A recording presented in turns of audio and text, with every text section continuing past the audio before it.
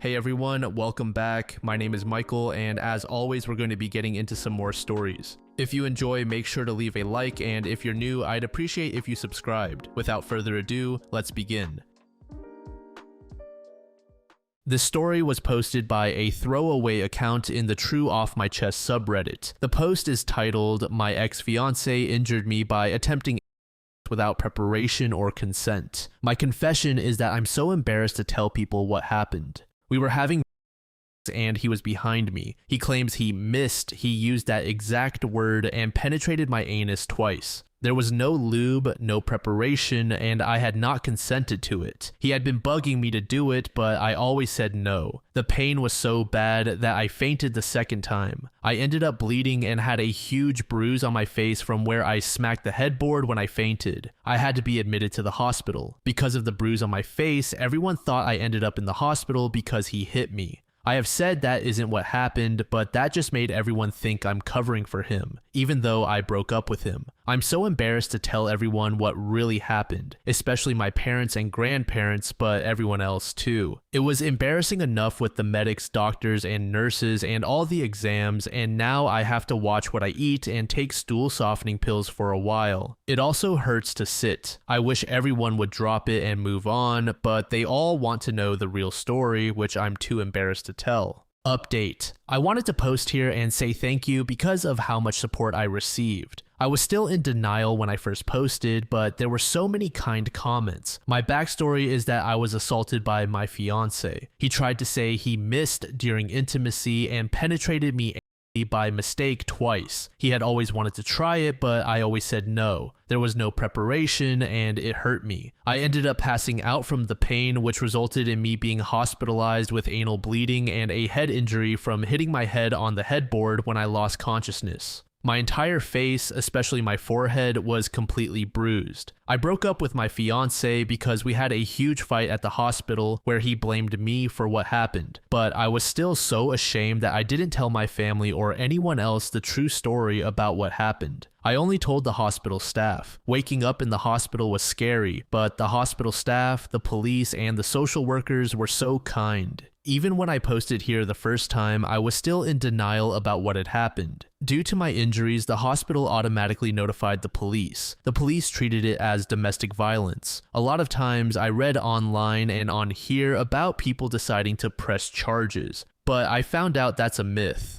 Only the police can charge someone, and in a domestic violence situation, the police do not ask the opinion of the victim, since the victim will often cover for the abuser or try to have the charges dropped. I was not given any choice in him being charged. My ex-fiance was arrested and he faced 2 charges for what he did to me. Separately, he was also charged with lying to the police. He was placed under a no-contact order with me when he was arrested, and he was initially granted bail. His bail was canceled after a few months. It is a standard condition for everyone on bail to surrender their passport to the police. He had told the police he didn't have a passport, but then they found out he had plane tickets for a relative's wedding in the United States, which required a passport since it is international travel. He thought it wasn't a big deal because he bought a return ticket too. But since he was not allowed to leave the country and had told the police he didn't have a passport when asked to surrender it, his bail was canceled. He received a 4th charge over the passport incident. I haven't seen him since we broke up, except for when I testified in court. The police and a social worker kept me up to date about his bail and everything else. I have not had any contact from him since our argument in the hospital. He was convicted on all the charges he faced, so he now has a criminal record and is also a sex offender. I won't lie, testifying in court was the worst day of my life, aside from the night he hurt me. I wasn't even sure I wanted to testify, but I was legally required to, so in the end, I faced it. Our neighbors called for an ambulance because of the commotion, so a lot of people on our street saw me naked. I saw one of my neighbors at court. It was really humiliating to have to talk about everything in front of so many strangers, but I'm doing much better now. I enrolled in university and I have started making friends. I have been seeing a counselor since I was released from the hospital. Most of the time, I'm not embarrassed that my family and friends know what happened to me. I will forever appreciate the kind comments I received here when I was still too much in denial about what happened. None of you have any idea how much your kindness means. Thank you to everyone who posted to support me, even though I was obviously still in denial back then. The guy got exactly what he deserved with jail time, and I hope that OP is able to deal with the trauma that this event caused. I found it crazy that this guy actually went as far as to blame her injuries on her rather than take accountability. But then again, not sure what exactly I was expecting from someone who forces himself onto another. It's unfortunate that events like this one are met with shame internally, but it's good nonetheless that OP was able to muster up the courage to proceed with getting the guy locked up. This next post was made in the I Don't Work Here subreddit by a user named a Wet Sasquatch. The post is titled, "I got fired from Walmart and never worked there." About a year ago, I worked selling solar panel systems. This job required me to wear khakis and a blue polo when meeting customers. One particular day, after meeting with a homeowner, I had to stop by my local Walmart to get more pens and a notepad for my work bag. I pretty consistently got asked by other customers if I worked there, and I would help if I knew what they were looking for, but I always told them that I didn't work there, and they were always kind. On this fateful day, I grabbed my pens and paper and checked out in the self-checkout section. As I was leaving, I heard someone say behind me, "And just where do you think you're going?" Now, a little about me, I try to mind my own business as much as possible and don't like to get wrapped up in other people's drama. When I hear outbursts like that in public, I assume it's not because of me. I also try to follow the rules as much as possible. In this case, I assumed it wasn't directed at me because I had paid for everything, so I continued to my car. Roughly 30 feet from my car, I hear again, "Hey you, stop." I do turn around at that one because that's typically what you say to a thief. An employee who can only be described as a Karen is marching toward me, 8 different kinds of pissed off. She starts reaming into me about how I'm abandoning my shift and that I'm not supposed to get off for another 3 hours. I'm standing there bewildered because I genuinely have no clue what she's talking about, and I try to let her know I don't work there, but she won't let me get a word in. Eventually she says, "Forget it, you're fired." I waited about 5 seconds and told her, "I don't work here. I've never worked here." She stared at me, muttered sorry, and ran back inside. I'm still not sure what happened, but that's my tale of being fired from a job I never worked at. I hope it brought you some joy. Update. I've been banned from that Walmart. The manager in the story apparently has a memory like an elephant. She kind of looks like one too and is still working there today. I went in to pick up a couple of things and return one item for my wife. I was waiting in the return line and the person in front of me was having some issue with their return, so the employee helping them called for a manager. It was the same lady. I recognized her immediately, and as it turns out, she recognized me, kind of. She pointed at me and told me I'm not allowed to shop at this Walmart and that if I didn't leave, she would call the police. I asked why I was banned, and she said she didn't remember, but she knew I was. So I left. My wife and I have been cackling over this for a couple of days and thought you'd find it funny as well. Final update. The final update is that recently my family moved to a new neighborhood around the corner from the Walmart. After meeting the new neighbors, I found out one of them worked at this Walmart. I told her the story because I still think it's hilarious, and she let me know that the manager, let's name her Gertrude, was arrested and fired. Old Gertie apparently had a history of arbitrarily banning people like she did to me, but nobody really ever complained, so nothing ever got done. She was just shifted from department to department. One day late last year, she got a little too aggressive with an off-duty cop and tried to forcefully remove her from the store, which inevitably led to Gertrude punching the cop. She was arrested and finally fired. My neighbor and most of her co-workers have rejoiced. Karma can be a beautiful thing. This story is just ridiculous and comical. At first, I thought this story was going to be relatively mundane after Gertrude apologized, but then banning OP seemed unbelievable. To find out that she had a history of banning people for no particular reason wasn't all that surprising. With that in mind, I was still shocked to learn that she actually attacked a police officer, but fortunately, it drew an end to her tenure working there.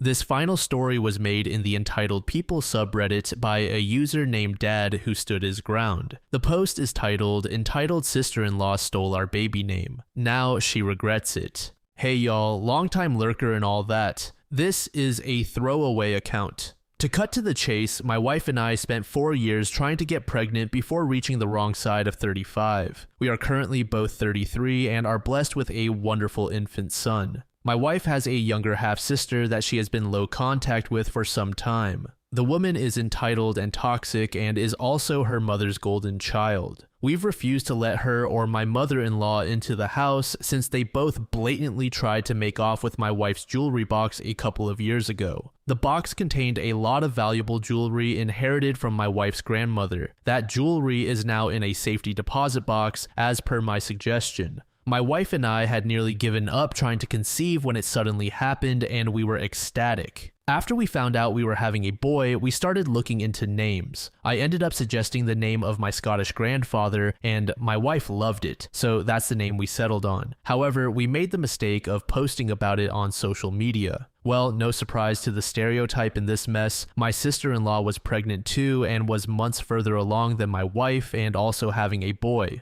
She decided to claim my grandfather's name for her own son, and not just the first name, but the middle name too.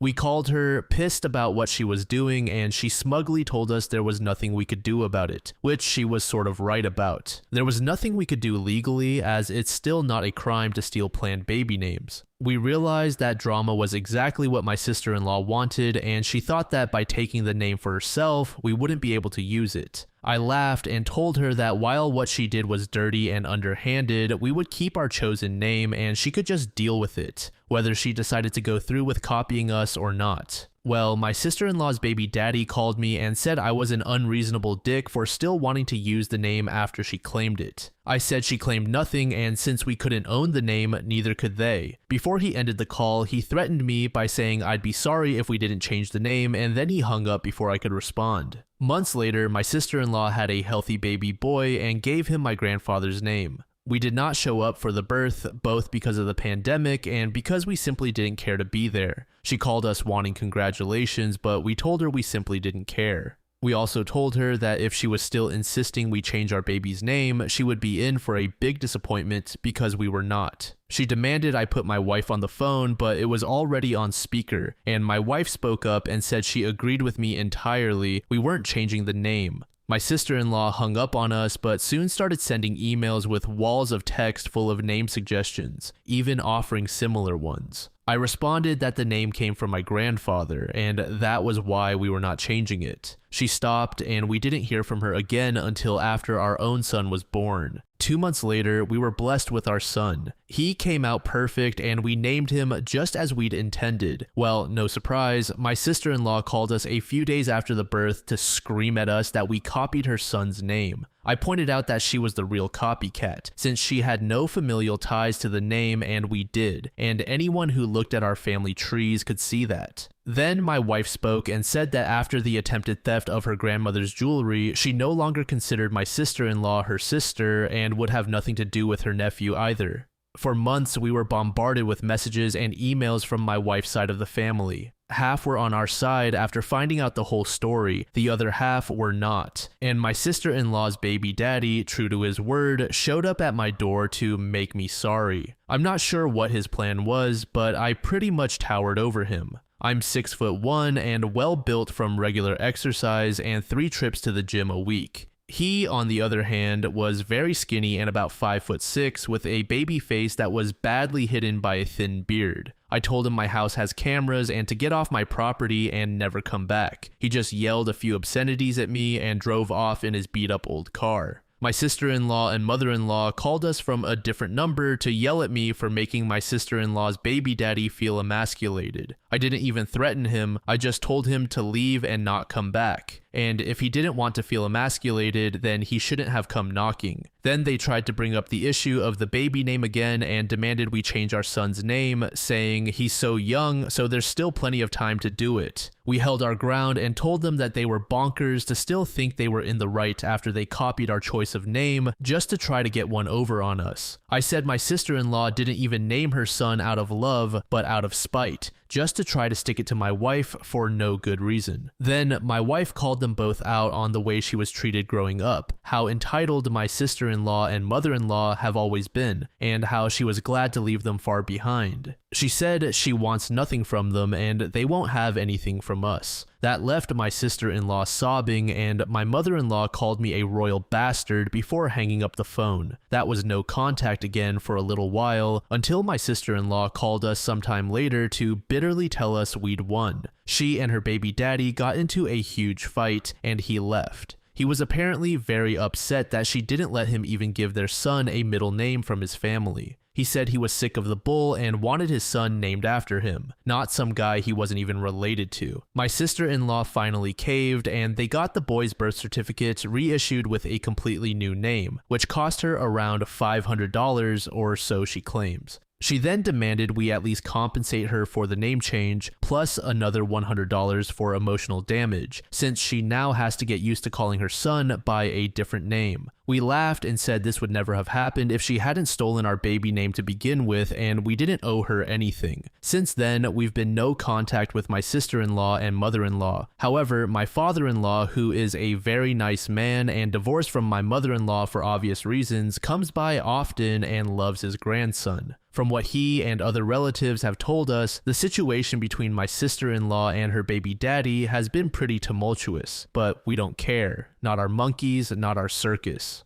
Update. Hi y'all, I didn't elaborate on my wife's extended family in my prior post, but to be frank, they are mostly just plain nasty. My wife has a younger half-sister from her mother's second marriage. From what I'm told, the half-sister's father was very emotionally and physically abusive to my wife and didn't stick around for more than 10 years before flying the coop. For reasons I don't know. Because my wife has a different father, she also had different grandparents. My wife's father is a very nice man and we get along quite well. He divorced my wife's mother early in their marriage because she's completely toxic. Because of having different parents, there's a 7-year age gap between my wife and her half-sister. The half-sister ended up being pretty much the baby of the family, and they paid little attention to my wife once she was born. So my wife left to live with her father full-time at some point in her teens. Her mother made a huge stink about it because without her, she no longer received child support money. That woman has also been nothing but crass and snide to me since I met her, mainly because I'm not rich. She bluntly said my wife could do better. I make a decent yearly salary, so I cover my expenses just fine, have my own house, and now a wonderful family. As I said in the first post, my sister-in-law was the golden child. She was brought up in pretty much all the stereotypical ways you can imagine, never held accountable, never made to pay her own way for anything, and getting into all kinds of trouble because she was spoiled rotten. You can think of her as almost an embodiment of Veruca Salt, minus the rich, enabling dad.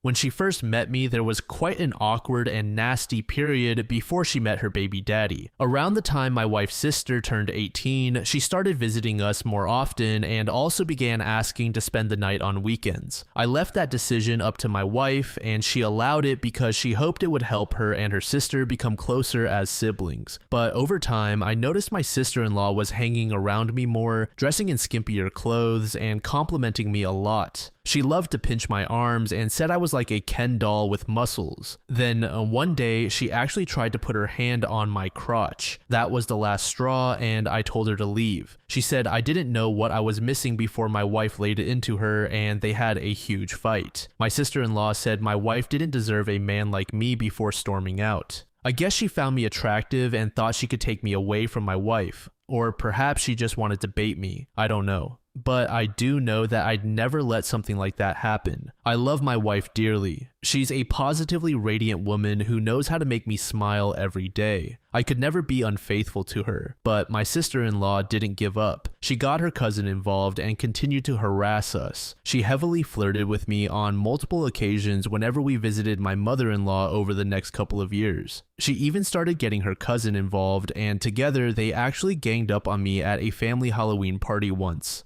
They were both dressed in skimpy animal ear cosplay outfits and actually proposed that we go upstairs and have a threesome together. I not only declined, but said they both needed to find some nice single guys their own age. Then I immediately told my wife what happened. She laid into them in front of everyone at the event, but my mother-in-law sided with her golden child and got several other relatives to back her up by claiming I was lying to make trouble, so we just left to avoid more drama. Around the time my sister-in-law's 21st birthday came and went, my mother-in-law called us, furious that we missed the birthday and didn't even send a gift. Apparently, my sister-in-law was crying over it. I said I was not comfortable around her because she had attempted to seduce me multiple times. My wife said that it was not my choice but hers whether or not to send a gift, and she didn't want to because of what her sister had done. She also pointed out that my mother-in-law had never even so much as scolded her for it. My mother-in-law called it young hormones and said family shouldn't be so cruel to each other. There was another big fight between my mother-in-law and my wife, and we went low contact with most of her family for a while. Then, 2 years ago, my wife's grandmother died. She left most of what she had to her son, my father-in-law.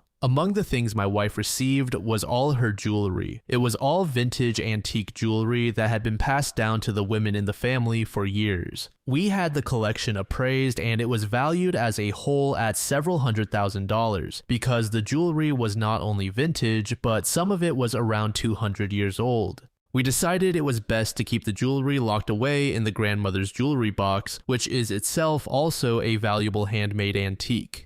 We figured that was it, but all was not well with my mother-in-law and sister-in-law. They had both shown up at the reading of my wife's grandmother's will, and my mother-in-law was appalled that she got nothing, especially after finding out my wife got the jewelry. My wife's grandmother had no relationship with my sister-in-law at all and barely won with my mother-in-law, so my sister-in-law wasn't even mentioned in the will. My mother-in-law threatened to take us to court and contest the will, but never did. Instead, she tried getting nicer to us, and my wife decided to give them one last chance and allowed them into our home again. But as soon as our backs were turned, they tried to make off with the jewelry and all its contents. I had gone out to pick up some pre-ordered food for dinner, and my wife was distracted by my mother-in-law. My sister-in-law had pretended to use the bathroom and raided my wife's vanity. I caught my sister-in-law outside by sheer chance when I pulled into the driveway because I wasn't gone as long as they had hoped. As soon as my headlights hit her, she dropped the box on the ground before jumping into my mother-in-law's car and locking herself inside. My wife and mother-in-law came running out when they heard me cursing. My wife saw the smashed jewelry box and freaked out. My mother-in-law realized that she and my sister-in-law were caught and had a huge fit, saying my wife didn't deserve the jewelry. I got between them and my mother-in-law hit me a few times and even drew some blood with her sharp nails. She drove off before we could say another word once my wife said she was calling the police. We left the evidence untouched on the ground and called the police. My mother-in-law and sister-in-law were arrested but basically got a slap on the wrist, with only community service and a fine. The jewelry box was badly damaged. It had a long crack that started at one corner and went all the way to the top, and one of the brass hinges broke. I took it to someone who restores antiques and it cost hundreds of dollars to repair. I went to see my mother-in-law and said she and my sister-in-law would be paying for the repairs to the box, or we would take them both to court over it. My mother-in-law told me that wasn't happening until I brought up the fact that we still had documented police evidence that my sister-in-law tried to steal the box, and that I could also sue my mother-in-law for the assault she committed against me. She wrote me a check to cover the damages right away and told me to leave. I said the check had better not bounce or have a stop payment put on it, or I'd have no problem taking her and my sister-in-law to court.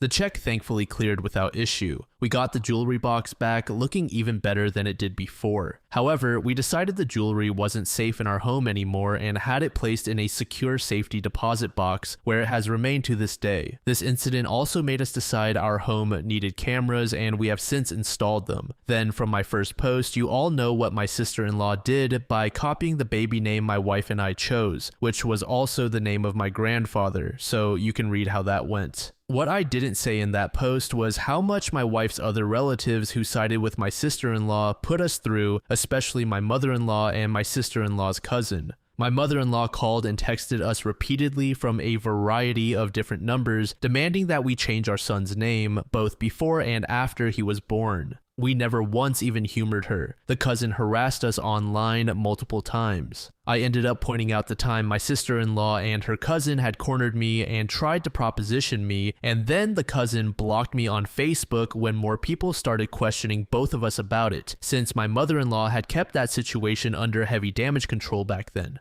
Several false rumors were spread about us, and my wife's family ended up divided and still is because of this. My mother-in-law, sister-in-law, my sister-in-law's cousin, and a few other relatives close to them were fully on their side. They believed that it didn't matter where my sister-in-law got her baby's name. The name was hers now, and we needed to let it go. I fired back that there was nothing to let go. My sister-in-law copied the name we had, and we still used it because it was my grandfather's name. We weren't asking her to change her child's name, we just weren't going to change our son's name because she copied it. And since we weren't going to associate with them anymore, the two kids would be complete strangers to each other anyway. The false rumors spread about me and my wife were pretty bad. For me personally, my sister-in-law tried to claim I was secretly only into younger women and that I'd leave my wife as soon as she hit 40. She also tried to say that my son isn't really mine and claimed my wife had an affair because I wasn't getting her pregnant. I never asked her to do it because I never believed them, but my wife got a DNA test just to prove to them that I am my son's father. After that, the rumor mill died down and eventually stopped.